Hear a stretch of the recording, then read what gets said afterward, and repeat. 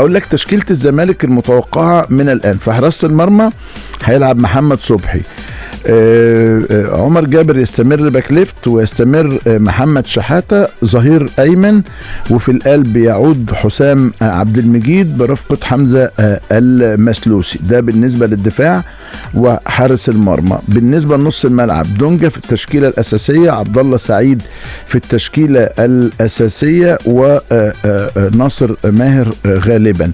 هيلعب في ناحيه اليمين زيزو، وهيلعب في ناحيه الشمال ما بين مشلاك ومصطفى شلبي، واحد من الاثنين، وراس الحربة هيبقى سيف الجزيري. دي تشكيلة الزمالك المتوقعة لمباراته في السوبر امام النادي الاهلي. تشكيلة الاهلي زي اللي لعبت امبارح، نعم زي اللي لعبت امبارح بجد، هي مش هتغير حد، مش هتغير حد، ده توقعي خالص. طب اشرف داري لا، هيلعب بياسر ابراهيم، هيلعب بياسر. انا بكلمك من خلال طبيعه كولر. والد اشرف داري صرح انه ابنه اتمرن وكان يعني تمام، بس هيلعب ماتش الزمالك. لا مش هيحصل. واصلا والد اشرف طبعا له المطلق والحريه، يا مرحبا بيه طبعا، منور ومشرف، لكنه الاهلي ما بيمشيش بالسكه دي يعني، لا خالص، ملوش علاقه بهذا الامر يعني. فتشكيلة الأهلي المتوقعة هي التي لعبت بالأمس، اللي هي الشناوي ومحمد هاني ورامي ربيعة وياسر إبراهيم ويحيى عطية الله وأكرم توفيق ومروان عطية وإمام عاشور وحسين الشحات وأسامة أبو علي وبيرسي تاو. يعني رغم ان بيرسي امبارح ما ظهرش بالمظهر اللي الناس مستنياه، لكنه موجود. مين اللي هيكون لهم دور بقى في الزمالك من على دكة البدلاء؟ اذا ما لعبش مصطفى شلبي هيبقى له دور، اعتقد كمان زياد كمال يكون له دور، عمر فرج يكون له دور، الزناري. دول الاقرب يكون لهم دور اثناء المباراه طبقا للنتيجه. في النادي الاهلي اللي نزلوا امبارح يعني هتلاقي رضا، لا هتلاقي قفشه بالترتيب كده، قفشه وطاهر، طاهر، دول اكتر اتنين هيبقى لهم دور من الناحيه الهجوميه. اشرف داري من الناحيه الدفاعيه، مع اللجوء طبعا الى كهربا، الى رضا سليم، الى عمرو السولية. هي الشكل العام بيقول كده بالنسبة للنادي الاهلي، ده توقعي انا الشخصي يعني. طيب طاقم تحكيم بقيادة معتز ابراهيم او معتز الشلماني، طاقم تحكيم ليبي جيد، اعتقد انه جيد يعني، مفيش فيه مشاكل يعني، ومتعودين الاهلي هو حكم للاهلي وحكم للزمالك. تصور هتبقى الامور جيده يعني. انا سالت الكابتن الخطيب اخبار سفرك ايه، هتسافر ولا مش هتسافر؟ فقال لي في الغالب لا، وامبارح يمكن الناس شافت عليه الارهاق شويه، يمكن كانت هناك ظروف خلتني قريب شويه الفتره اللي فاتت من الكابتن محمود الخطيب، وقلت له بالحرف الواحد يعني ايه، بالراحه شويه. قال لي قلت له بالراحه شويه، بيبذل مجهود رهيب جدا وصعب جدا وبزياده جدا، فقلت له بالراحه شويه. هو الراجل عنده كم ارهاق غير عادي يعني بشكل رهيب وشكل شديد جدا. اتمنى انه يهدى على نفسه شويه ويخف على نفسه شويه. الكابتن خطيب ما يهمه طبعا مواصله انتصارات الكره للفريق، الانتصارات للفريق الاول. كمان بيطمن على يعني انا هقول لكم يوم مثلا حصل مع الكابتن خطيب من 3 ايام او من 4 ايام يعني. حصل انه راح مجتمع مع كولر وسامي قمصان مع كولر، وبعدين اجتمع مع سامي قمصان لوحده، وبعدين اجتمع مع حفظ الالقاب بقى مختار ومحمد رمضان، وطبعا زكريا ناصف اعضاء لجنه التخطيط، وبعدين بعدهم راح مجتمع مع كابتن خالد العوضي مدير النشاط الرياضي، وبعدين الدكتور سعد شلبي اللي كان بره ورجع تاني.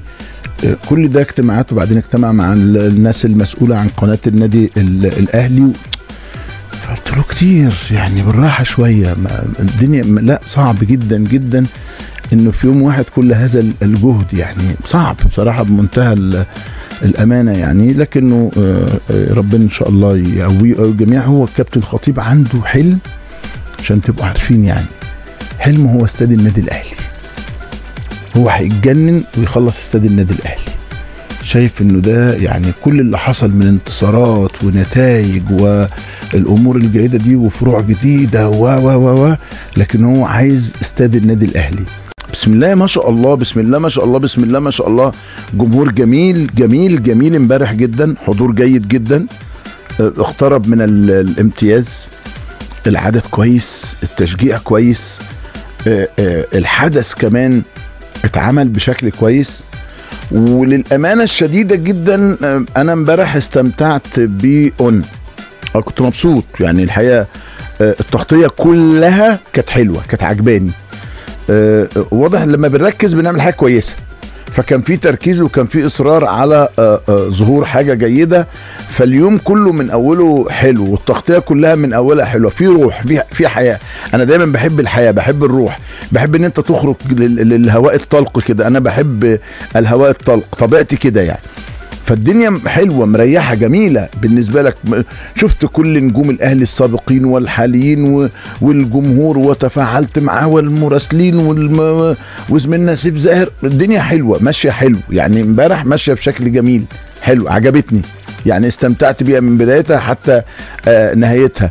لقاءات بعد المباراة، تعمل لقاء مع الكابتن الخطيب، لقاء مع مستر كولر، لقاء مع نجوم النادي الاهلي بالكامل، شبكة المراسلين المحترمة اللي موجودة في الملعب. التعليق كمان كانت حالة من التوفيق بخليل البلوشي الحقيقة. شيء ممتع وجميل يعني، رائع وجميل ان احنا منفتحين على اخواننا العرب بهذه الطريقة. وجميل هذا الاطراء وهذه الاشادة اللي قالها خليل البلوشي يعني زميلنا العزيز. انا لم التقي بيه الا مرة واحدة، كنا في العراق في كاس الخليج السابقة يعني، والتقينا لقاء سريع. شخصية شديدة الادب والتحضر والاحترام والموهبة، وده مهم. بيتكلم من قلبه بطبيعته، بيتكلم على مصر بحب شديد جدا. فادى طعم يعني. ده لا يقلل من زملائنا يا جماعه المعلقين المصريين. يعني بحس انه دايما وابدا احنا يعني بنجلد ذاتنا، لا يعني جميل. انا بقول لك حاجه كانت جميله جدا، خليل البلوشي وقابله عامر عبد الله في المباراه الاولى في قناه ابو ظبي، وده شيء رائع وجميل يعني. لكن في نفس الوقت ما تخلينا ندي لاخواتنا وزملائنا حقهم يعني، لازم ياخدوا حقهم يعني.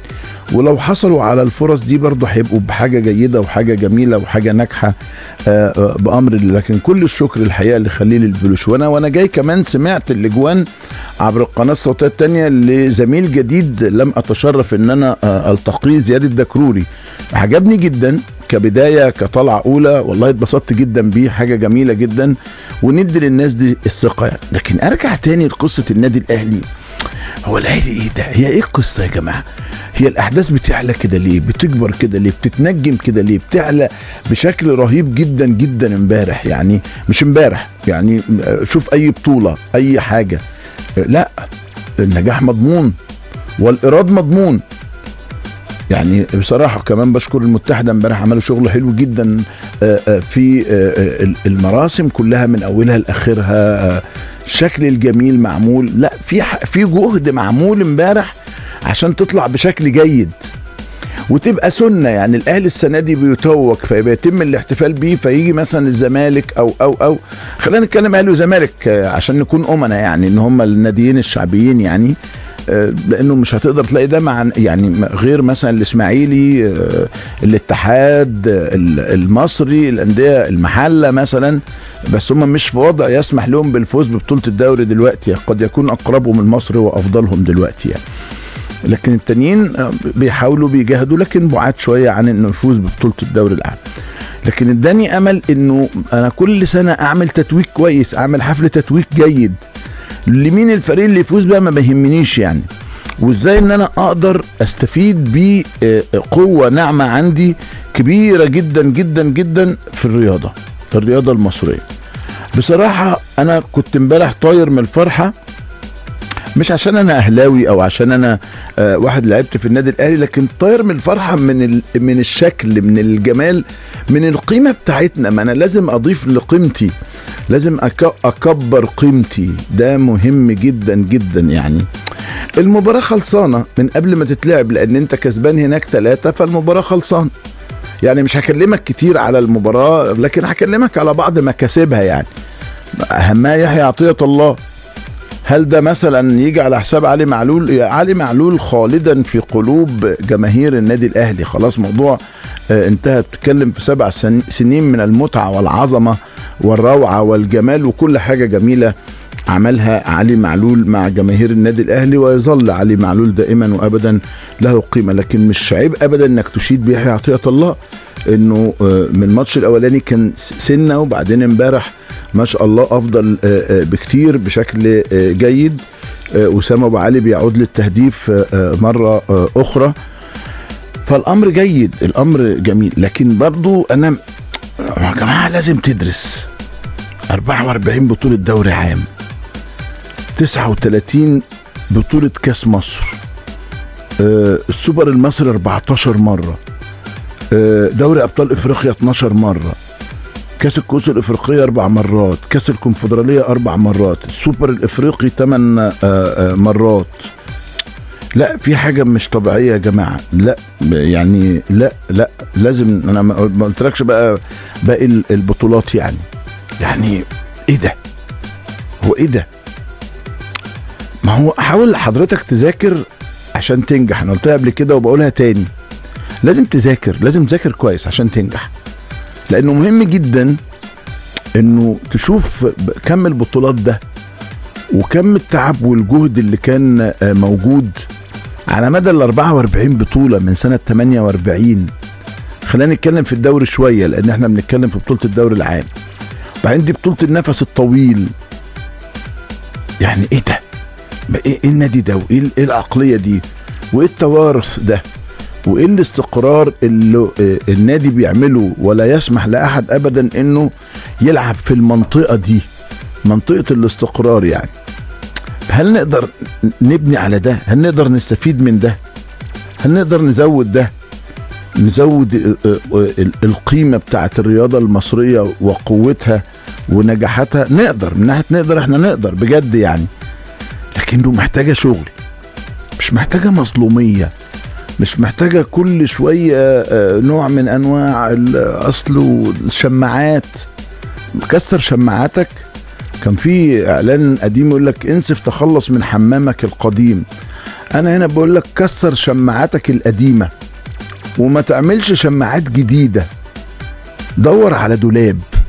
يعني ايه دولاب؟ ما هو الدولاب بتعلق فيه شماعات، لا الدولاب دلوقتي بتحط فيه كؤوس وبطولات.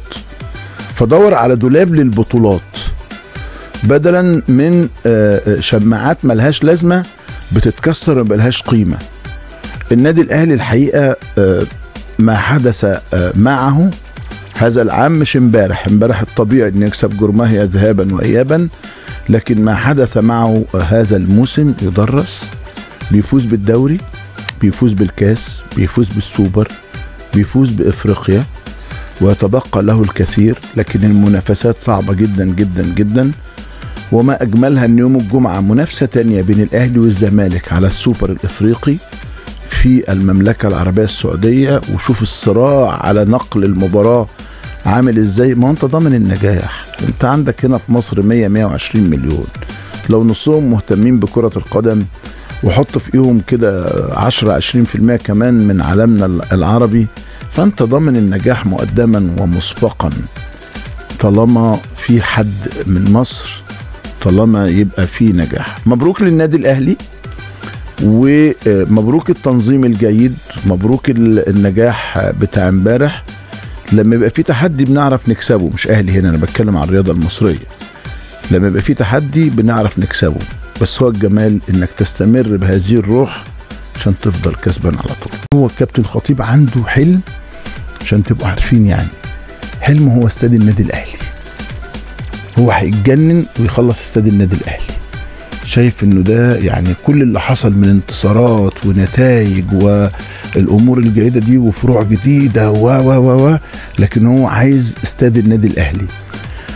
هقولك كده خبر كده على الماشي. هناك شركة مصرية عرض مبالغ محترمة جدا جدا جدا عشان اسمها يرتبط بالنادي الاهلي. نقول كمان ولا ما نقولش كمان؟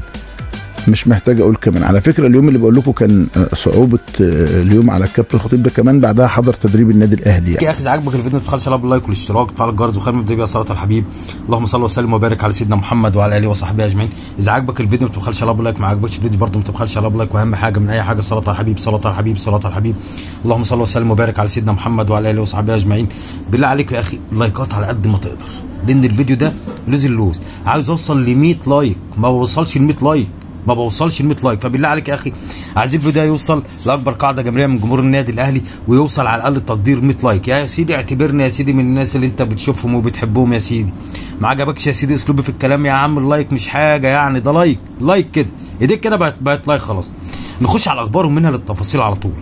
النادي الاهلي الى الدوري المجموعات من دوري ابطال افريقيا. بيراميدز ماله عرب الى دوري مجموعات برضو من دوري ابطال افريقيا بفوزه امبارح 3-1.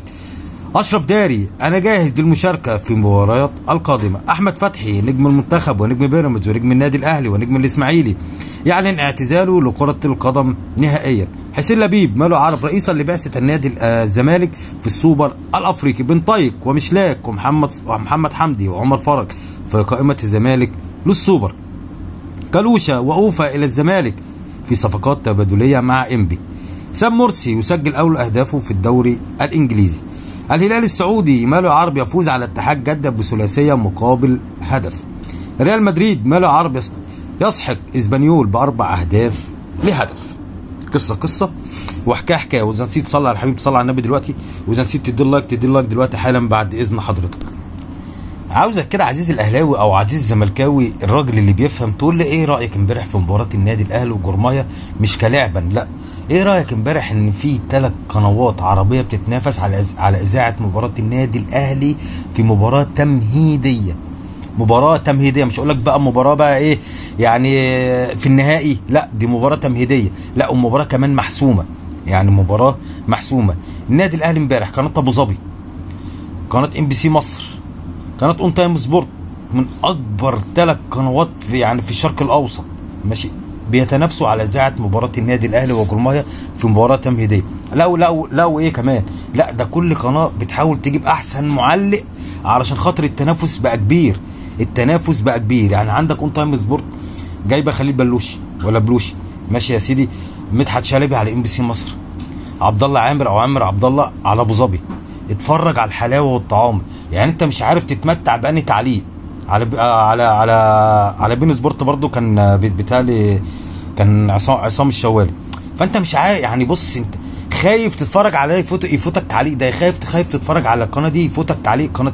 بص لا امبارح الصراحه كانت حاجه لوز. اللي يلعب مع النادي الاهلي يا جماعه كسبان، اللي يلعب مع النادي الاهلي كسبان، لازم تبقى فاهم كده. يعني اي قناه عارفه انها تحط مثلا لو هتحط جنيه في مباراه للنادي الاهلي حتى لو وديه، عارفه انها هتجيب 5 6 جنيه 10 جنيه من ورا المباراه دي. فاللي يلعب مع النادي الاهلي كسبان، عشان كده النادي الاهلي فارق بسنين ضوئيه وبسنين ضوئيه كبيره جدا كمان. لك ان تتخيل معايا عزيزي الاهلاوي او عزيزي الزملكاوي ان النادي الاهلي فارق بينه وبين اقرب منافسيه للدوري 30 بطوله. يعني انت بتتكلم في 30 سنه، يعني لا قدر الله النادي الاهلي لو ما خدش 30 سنه بطوله الدوري، يعني النادي الاهلي حاطط رجل على رجل برضه وهو نمبر 1 بالنسبه للدوري. 44 بطوله دوري يا جماعه، اقرب منافسيه الزمالك 14 بطوله دوري، يعني في فرق 30 بطوله، اذا عجبك الفيديو عايزين نوصل اللايك ده ل 100 لايك بالله عليك. اذا عجبك الفيديو ما تبخلش على باللايك والاشتراك وتفعل الجرس، واهم حاجه من اي حاجه، اهم مني واهم منك واهم من اللي بيستمع الفيديو واهم من اي حد في الدنيا، صلاه على الحبيب. اول حاجه تذكر الله وبعد كده تصلي على الحبيب. اللهم صل وسلم وبارك على سيدنا محمد وعلى اله وصحبه اجمعين، والسلام عليكم ورحمه الله وبركاته.